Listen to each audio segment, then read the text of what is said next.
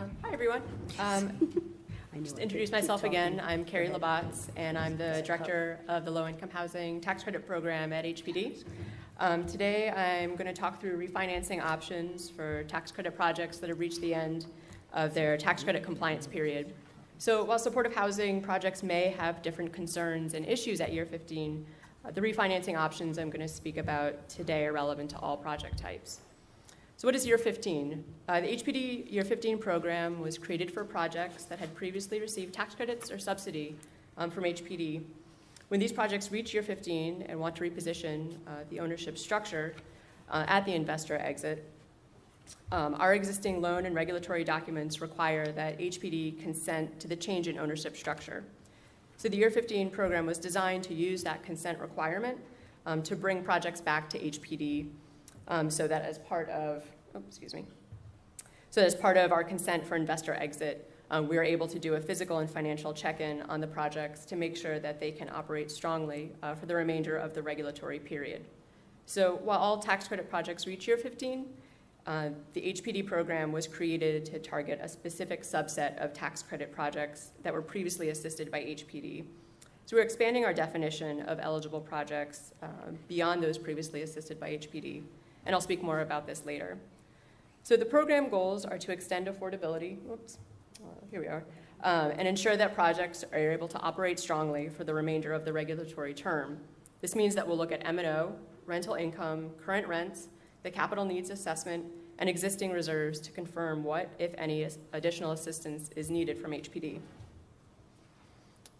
What tools are used to reach these goals, and how can projects benefit? Sorry, it's a very sensitive touchpad, excuse me. Thanks, okay. Excuse me, so what tools are available and what can projects do to benefit from the year 15 program? So in order to help operations, we may extend or modify our existing debt. We can offer a tax benefit, can provide additional city subsidy, and when necessary, we can restructure rents to the current tax credit maximums. On the flip side, for projects that operate strongly and have excess reserves, we may work with sponsors to release a portion of those reserves at closing for use on future affordable housing projects. Most projects that come through our pipeline have existing HPD mortgages, and as part of our program's financial review, we have the ability to modify the existing debt either through amending the repayment terms or through extending the debt. In cases where a new first position mortgage is coming into a project, we can extend the existing HPD mortgages to run concurrent with the new senior lender's debt terms. This is relevant in particular for resyndications and projects that are bringing in new conventional debt as part of the refinancing. If you have expiring tax benefits, either a J51 or a 421A, the advantage of working with the year 15 program is that we're able to offer new tax benefits in exchange for extending your regulatory term. So we can work with you to provide either a 420C or an Article 11. And while most projects in our pipeline already qualify for the 420C, if you don't have a qualifying ownership structure, such as one that doesn't include a 501c3, we can work to support an Article 11 application. One thing to note about the Article 11 is it's a discretionary benefit that's subject to City Council approval. So as part of our review, we'll ask projects to conduct a capital needs assessment, and the capital needs assessment will identify all capital and maintenance needs, immediate capital and maintenance needs.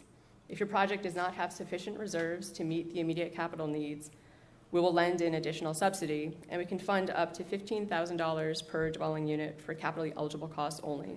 So this would include roofs, boilers, windows, major systems work. If your project has non-capitally eligible needs, such as interior upgrades, you may need to look for other sources of funding to come in along with the HPD subsidy. So I think Kathy and David talked about really great options for that. Often projects coming through year 15 have not taken annual rent increases, and as a result, we see that rents are far below current tax credit levels. So consequently, there isn't sufficient income to operate at the current expenses, operate the current expense levels. If this is the case, we look to rent restructuring as the last resort to bring in additional income. So one note on rent restructuring, there is currently no additional Section 8 vouchers available as part of the year 15 program. So projects that need to rent restructure will restructure all rents to current tax credit levels and tenants will be charged the greater of their current rent or 30% of their income up to the current tax credit levels. So this affects the underwriting and some of the assumptions that you can make going forward if we do have to do rent restructuring. So even if a tenant is currently paying more than 30% of their income, their rent will not be reduced.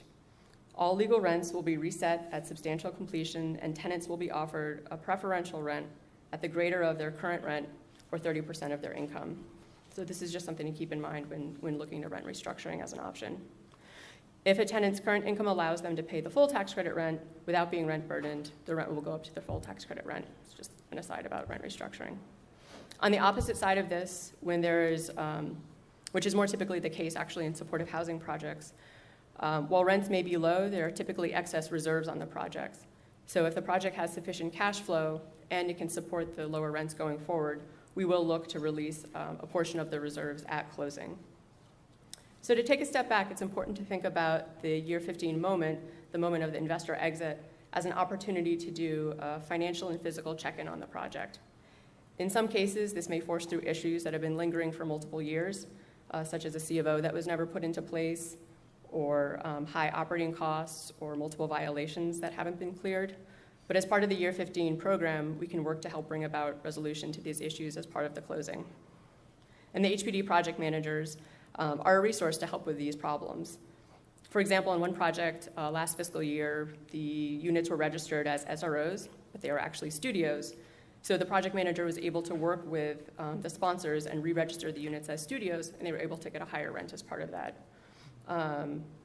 We also had another project last year that had many projects in the HPD pipeline and an excess of reserves. So we're able to create a special reserve account, release the excess reserves, and then the sponsor could access those in the future for their projects with HPD. At investor exit, we also see this as an opportunity at year 15 for new partnerships and for potentially for a new owner to step in. In some cases, over the course of the past 15 years, a group that previously did housing has potentially changed missions and wants to step away from the asset. And we can work with these groups to find new partners or transition ownership. If there are operational issues, sponsors may want to bring in either a new property manager or another entity to bring in more capital to leverage a new financing structure.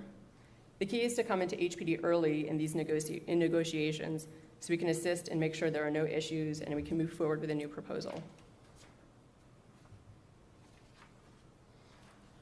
So what if your projects have had no prior HPD involvement? Previously, as I said, we had been using a more restrictive definition for the year 15 eligibility standards, which limited projects to only those projects that had previously had HPD involvement. So this would be where HPD gave an award of tax credits or subsidy or land. With the new housing plan and the growing pipeline of tax credit projects reaching year 15, we're expanding our definition of eligible projects to include state tax credit deals, which may have had no prior HPD involvement, as well as tax credit projects that may have already exited their their investor, but have unmet capital needs. We're also encouraging sponsors to look beyond their tax credit projects when coming into year 15 and review where it might be beneficial to consolidate existing portfolios with their year 15 project so that each of the projects can benefit from stronger operations. And I'll speak more about the financing options for these different types of scenarios next. There are three different types of financing structures that we have worked with as part of year 15. In each of these structures, HPD may or may not put in additional subsidy.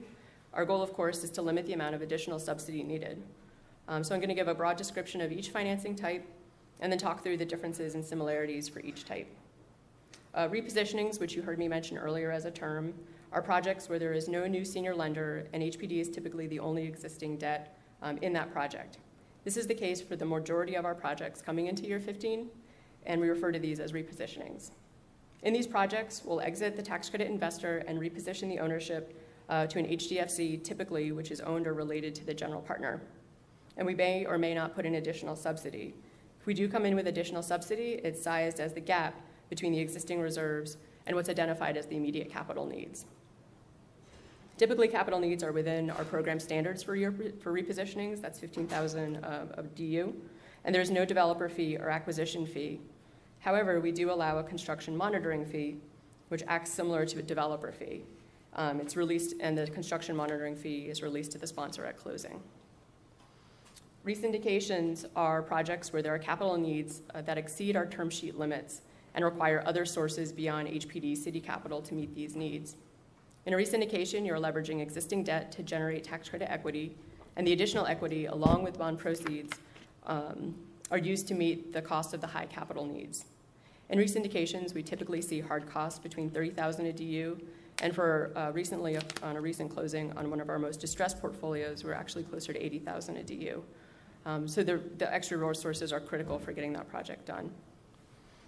So year 15 in 4 resyndications will work closely with HPD Asset Management and HDC to identify appropriate projects for resyndication. At minimum, there must be capital needs that exceed our program term sheets, and projects must be at least 300 units in size. Those are our typical cutoff points. Resyndications will combine multiple partnerships under one new owner post-repositioning, and a transfer of ownership is required as part of the transaction. A developer fee is allowed on resyndications as per the HPD QAP, and in some cases, so is a limited acquisition fee of up to $2,000 a DU. So these are 2 kind of critical points in thinking about resyndications. And resyndications can also include up to 25% of non-tax credit projects. The thinking before about what I was talking about in looking more holistically at a portfolio and bringing in different types of transaction or different types of projects that you may have in your portfolio. Due to limited bond cap availability in the past, we have narrowed the focus of resyndications to our most troubled portfolios. We're hopeful with the new administration that we can expand our use of resyndications in the future with hopefully more bond cap availability becoming available. And the conventional debt or PLP model may also have high immediate capital needs that exceed our program term sheets, but there is strong cash flow that's sufficient to leverage a new conventional loan. So we're currently drafting a conventional term sheet specific to year 15 projects, but we'll follow the existing HPD PLP program term sheet, which you may be familiar with, which dictates equity requirements and developer fee. The subsidy limit is still $15,000 a DU, and a limited acquisition fee of $2,000 a DU may be allowed. In the conventional debt model, we allow a percentage of units, again, to be non-tax credit units in order to leverage stronger cash flow. And depending on the proposed ownership structure, we'll work to either do the 420C or to help you obtain an Article 11, as we spoke about earlier. We may require a pilot payment on both of these exemptions. So while these structures probably sound very similar, in many ways there are a few key differences on a broad level between each of these. So the ability to support senior debt and the extent of the immediate capital needs and the size, meaning both the scope of work and the number of units of the proposed project are the main differences. For repositioning projects, which is just our basic year 15, we do not size our loan on supportable debt. We're sizing a loan that is the gap between the existing reserves and the immediate capital needs. In a repositioning, HPD is the senior lender and typically the only lender. For resyndications and the conventional debt model, HPD is a subordinate lender, and we size our loan based on the project's needs and also its ability to support new debt.